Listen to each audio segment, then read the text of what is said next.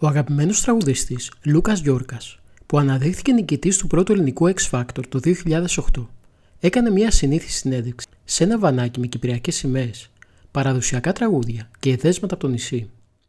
Ο Λούκας Γιόρκας δήλωσε πως η ιδανική γυναίκα για τον ίδιο θα πρέπει να πιστεύει στο Θεό και ότι πως θέλει να βρει έναν άνθρωπο να του ταιριάζει σε πολλά. Ωστόσο, αυτή την περίοδο είναι ελεύθερος. Ο αγαπημένος τραγουδιστής θα πήγαινε ξανά σε reality σύμφωνα με δήλωσή του, γιατί ο τρόπος που γίνονται σήμερα διαφέρει κατά πολύ σε σχέση με την περίοδο που ήταν ο ίδιος στο X Factor. Είπε χαρακτηριστικά: «Έχουν αλλάξει σήμερα τα reality.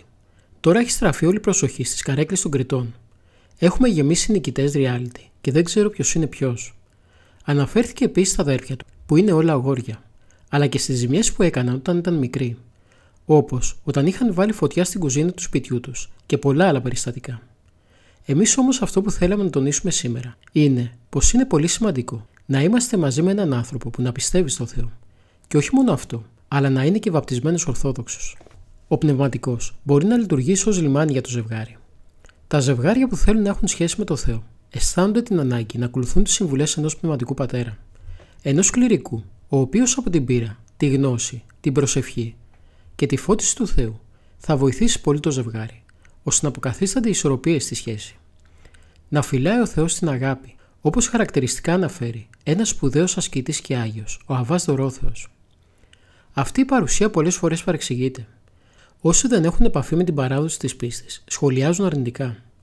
Έχουν την εντύπωση ότι ο πνευματικός ασχολείται με τις λεπτομέρειες και μάλιστα της αρκικής ένωσης του ζευγαριού. Ατυχείς ή αιμονικές διδαχίες από κάποιους πνευματικούς συντείνουν στην κακοπιστία.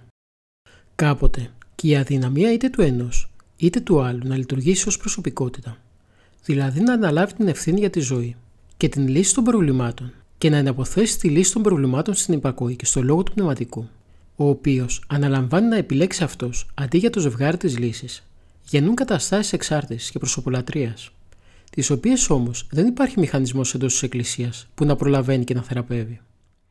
Επειδή οι σχέσεις των ανθρώπων, τόσο με το Θεό όσο και με τους επισκόπους, ιερείς, μοναχούς και μοναχές, είναι προσωπική, το έργο στην Εκκλησία λαμβάνει προσωπικό χαρακτήρα και οι ασκούντες στο πνευματικό λειτουργήμα κάποτε αποθεώνονται, μυθοποιούνται και δεν τους επιτρέπεται ή και δεν θέλουν να φανούν ότι είναι άνθρωποι. Ο πνευματικός όμως μπορεί να κάνει πολλά για την οικογένεια. Εάν έχει επίγνωση του ρόλου του, που είναι να ανοίγει δρόμους για τον Χριστό και την αγάπη, και όχι να δένει τους ανθρώπους με το πρόσωπό του. Είναι άλλο η φυσική συμπάθεια και άλλο η χρήση των πιστών ως εξαρτημάτων μηχανισμών προσωπικής ισχύως. Ο πνευματικός μπορεί να διακρίνει τις δυσκολίες επικοινωνίας ανάμεσα στο ζευγάρι.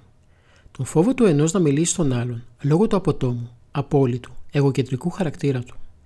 Να διακρίνει τις παρεμβάσεις τρίτων, όπως οι γονείς του ενός και του άλλου, οι οποίοι λειτουργούν συχνά χειριστικά και πιέζουν συναισθηματικά το παιδί τους.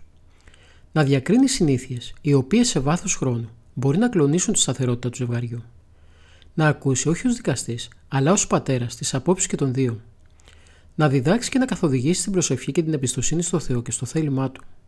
Να οθήσει σε επιλογές ορίων. Να δείξει πού είναι η ελευθερία και πού είναι η αγάπη. Ο πνευματικός μπορεί να λειτουργήσει ως λιμάνι για το ζευγάρι.